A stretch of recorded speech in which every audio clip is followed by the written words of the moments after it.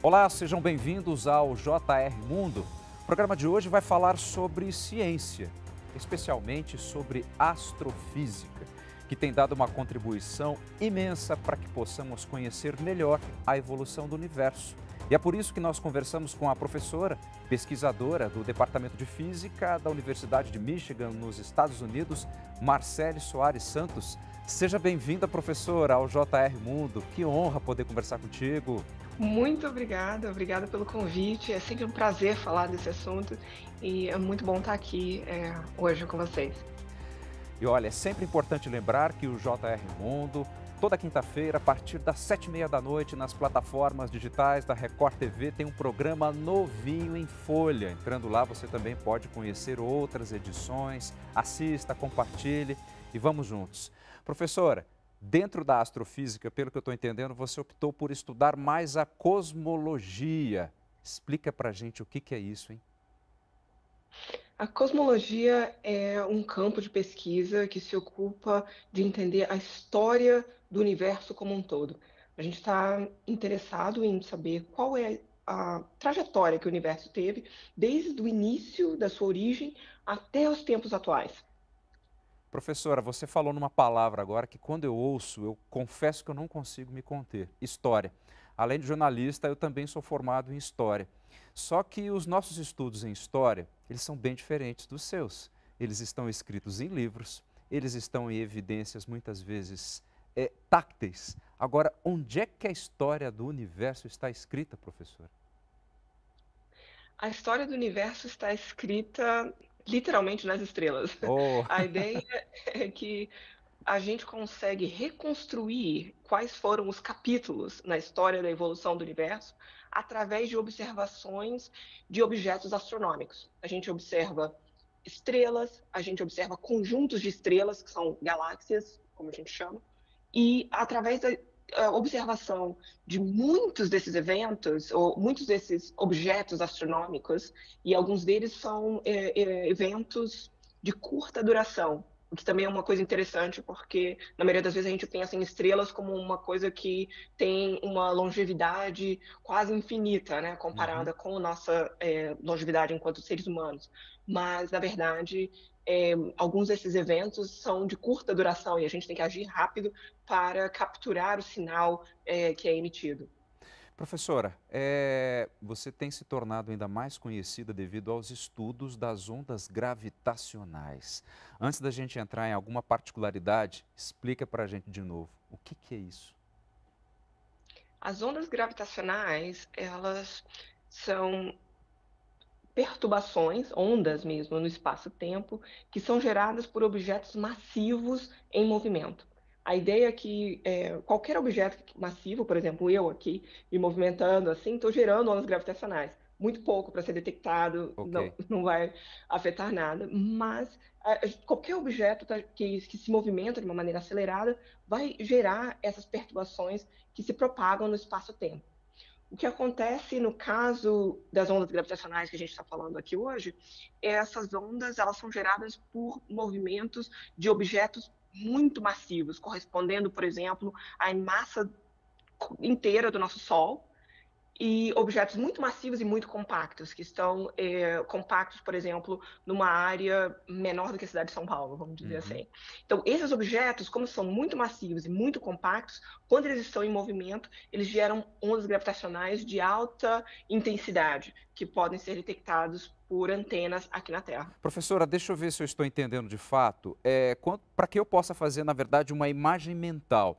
Essas ondas gravitacionais, é algo parecido com aquele efeito quando a gente joga uma pedrinha num lago, em algo assim, e a gente vê aquelas ondas se espalhando pouco a pouco? É mais ou menos assim? Essa é uma excelente comparação. A ideia de que você gera ondas na superfície do lago quando você joga uma pedra é justamente o mesmo princípio, né?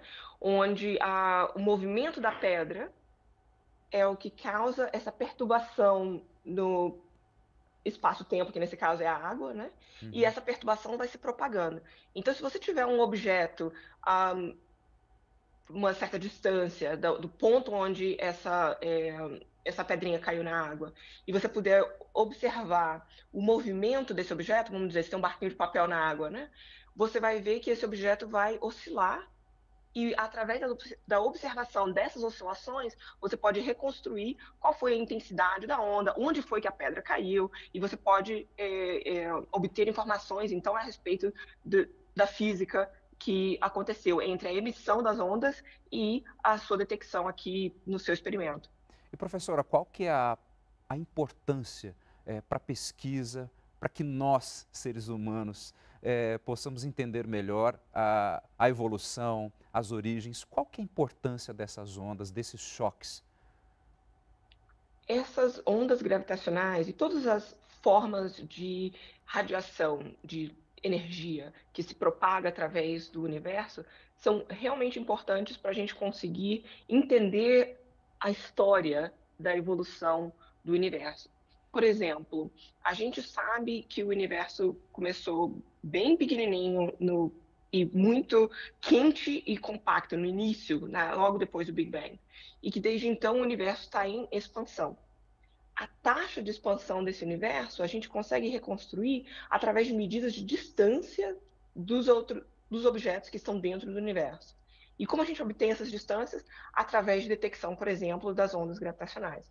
Então é uma coisa muito importante porque ajuda a gente a entender qual é a história da nossa origem enquanto parte desse universo. Professora, pelo que me consta, a detecção em si das ondas gravitacionais, ela é muito recente, mesmo já tendo sido prevista na teoria da relatividade por Albert Einstein há muitos e muitos anos. Tivemos condições há poucos anos de conseguir de fato ter a percepção clara dessas ondas gravitacionais. A partir dessa percepção, como vêm sendo os estudos de vocês? Vocês já conseguiram avançar com tudo isso? A detecção de ondas gravitacionais realmente é um fato que foi atingido muito recentemente. Somente em 2015 foi a primeira vez que a gente conseguiu detectar diretamente as ondas gravitacionais. A previsão da existência dessas ondas já vem realmente de muitos anos, desde a teoria da relatividade geral de Albert Einstein, há mais de 100 anos atrás.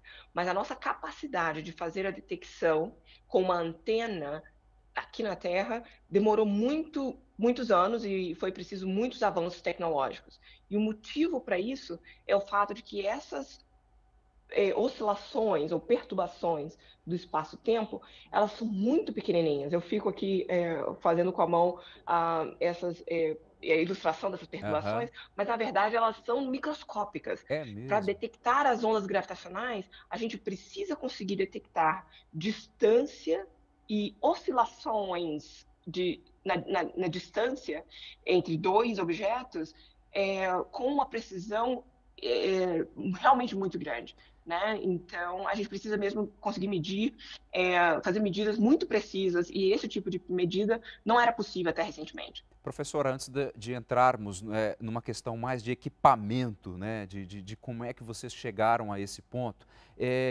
me corrija se eu estiver errado, mas essas ondas gravitacionais que se conseguem captar agora, em frações ínfimas também, pelo que eu estou entendendo, elas já ocorreram há muitos e muitos e muitos anos atrás, possivelmente milhões de anos-luz, porque já que são dois objetos, digamos assim, de massa tão complexa, num eventual choque, eu acho que se fosse recente, essa onda teria uma outra densidade, ou seja, isso aí já de fato aconteceu há muito tempo. Os eventos que produzem essas ondas gravitacionais, quando a gente consegue detectá-los aqui na Terra, eles já aconteceram há milhões de anos. A Milhões. ideia que eu acho que ajuda a explicar isso daí é você pensar, por exemplo, na analogia da pedra caindo no Sim, lago e gerando as ondas, né? Leva um tempo para as ondas se propagarem desde o ponto de emissão, onde a pedra caiu, e o ponto onde você tem o seu barquinho na água sofrendo as correto. oscilações, né? Esse tempo, no caso das ondas gravitacionais, corresponde ao tempo que essa radiação leva para se propagar à velocidade da luz. Por isso que a gente se refere a anos-luz, milhares ou milhões de anos-luz de distância. Então, todos os eventos que a gente observa, eles são, na verdade, eh eh, ecos de eventos que foram gerados há milhões de anos atrás. Professora, tanto a origem quanto a evolução do universo são questões que intrigam toda a humanidade e não é à toa que pessoas tão capacitadas quanto você estão aí, mundo afora, estudando esses eventos. A partir da detecção das ondas gravitacionais, que tipo de avanço a gente já consegue entender em termos de ciência? O que é que trouxe de conhecimento novo para que nós, não cientistas, também possamos compartilhar disso? A detecção de ondas gravitacionais, principalmente quando combinada com a detecção de, objetos astronômicos da maneira tradicional, ela é equivalente a você imaginar, por exemplo, que até agora a gente tinha um filme mudo, a gente tinha as imagens bonitas dos Uhum. objetos astronômicos, e isso já traz muita informação para a gente. Mas agora a gente tem a trilha sonora aliada a essas imagens. Uau! A gente consegue, obter muito mais informação se você tem o som e a imagem aliados, eles trazem informações complementares. Por exemplo, a maioria dos metais pesados que existem aqui na Terra hoje, vou dar um exemplo, o ouro que está aqui na minha aliança, né.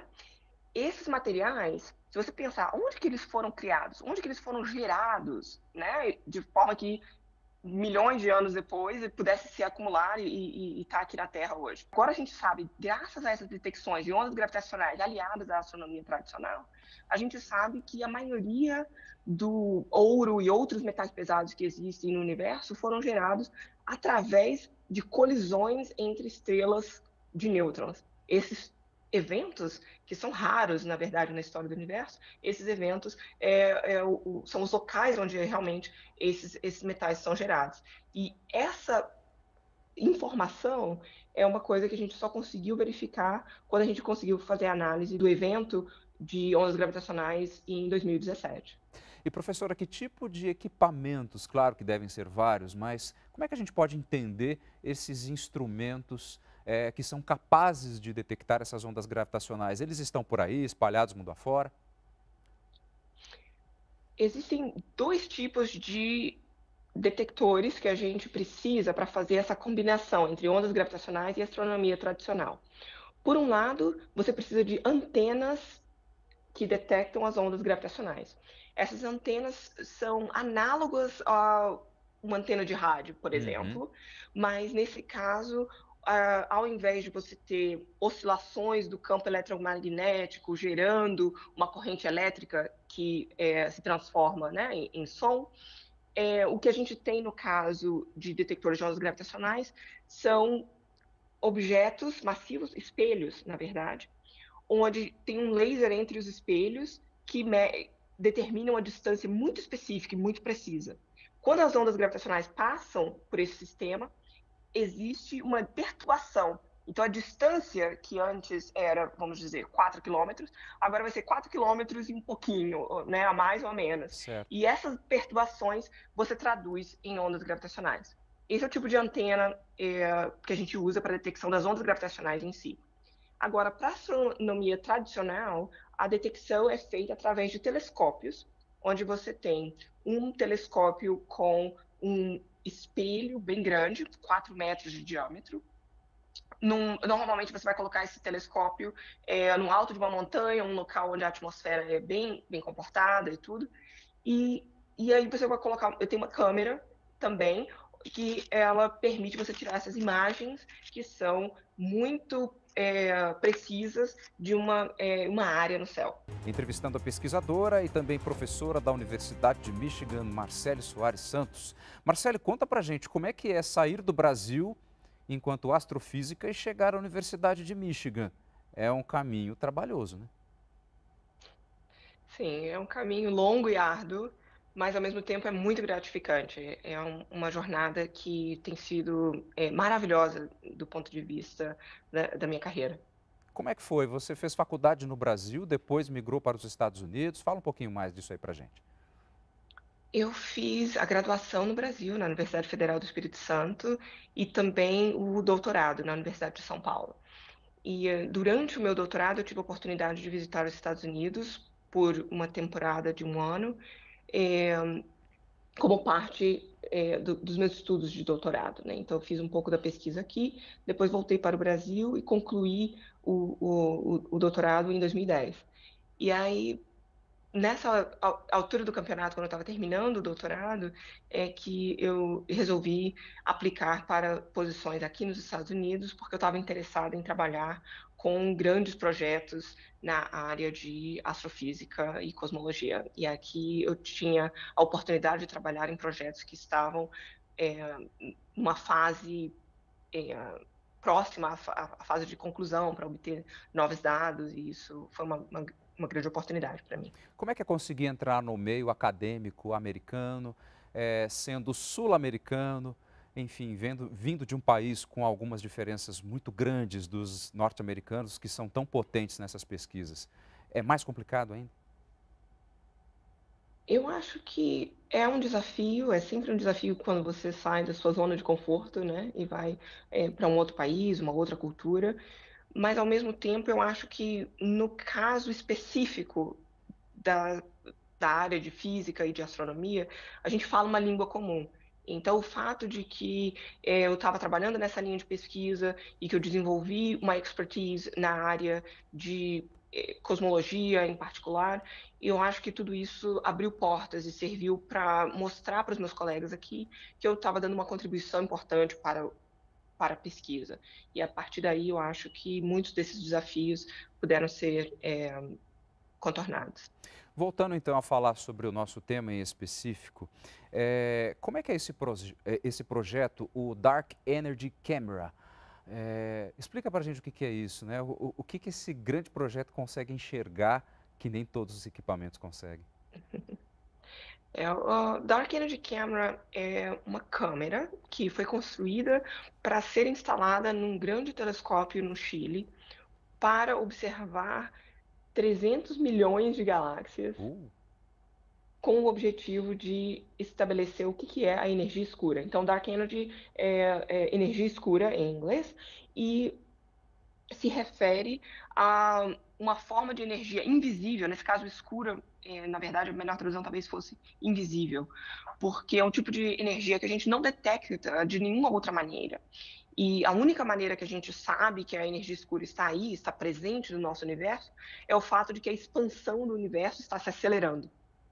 Então a gente sabe desde a teoria do Big Bang que o universo está em expansão, mas a gente, foi pego de surpresa, na verdade, em termos, né, a gente, eu digo, a comunidade científica foi pega de surpresa, no final aí do século XX, quando a gente descobriu que essa expansão, nos últimos 5 bilhões de anos, essa expansão está acelerando.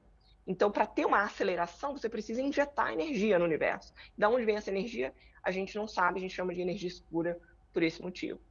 Então, como a gente não consegue produzir energia escura no laboratório para poder fazer experimentos e descobrir o que que é, o que a gente faz? A gente observa evidência da energia escura através da observação desses objetos astronômicos distantes. Então, a câmera Dark Energy Camera foi construída com esse objetivo. A ideia era observar uma quantidade enorme de galáxias e estrelas para conseguir mapear essa expansão do universo. E eu trabalhei nesse projeto, eh, por muitos anos. Esse foi o projeto que eu comecei a trabalhar em 2010, quando, eu vim para os Estados Unidos com como pesquisadora de pós-doutorado, e ajudei a construir essa câmera. A câmera estava em fase de construção na época, e é uma das coisas que realmente, eu tenho muito orgulho de ter trabalhado nesse projeto, né. Em 2012 a câmera ficou pronta e desde então está operando no Telescópio Blanco, no Chile. e vocês têm informações diretas dessa câmera estando aí nos Estados Unidos? Sim, a gente consegue operar ela remotamente daqui.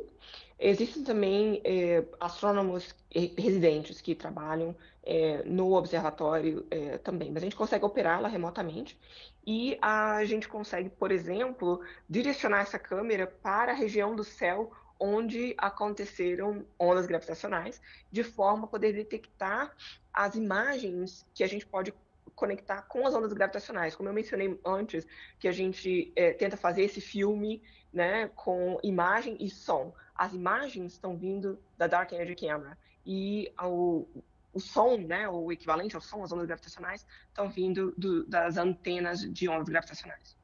Desde que você começou a estudar nos Estados Unidos, fazendo a sua pós-graduação, você já percebe uma mudança no que diz respeito ao conhecimento agregado, no que diz respeito à astrofísica e à cosmologia? Ou seja, concepções novas, conhecimentos novos já foram agregados nesse período?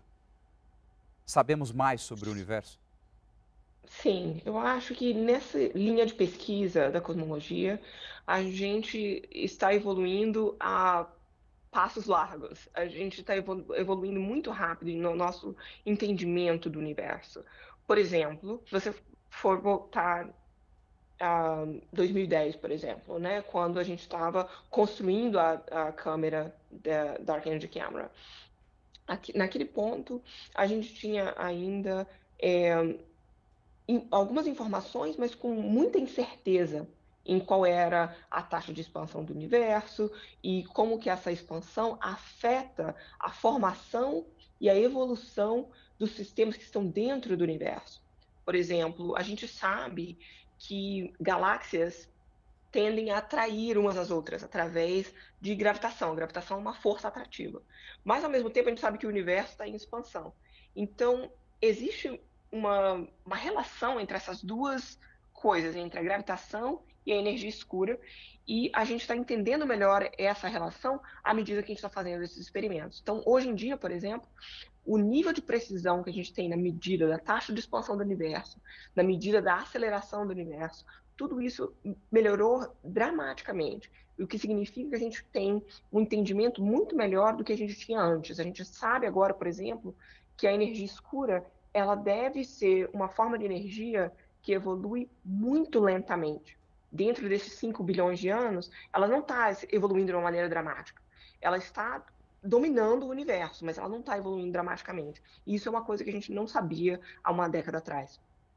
Marcelo, para a gente encerrar, que orientação você daria para um jovem que tem seus interesses com a astrofísica ou que já esteja aí no caminho da universidade?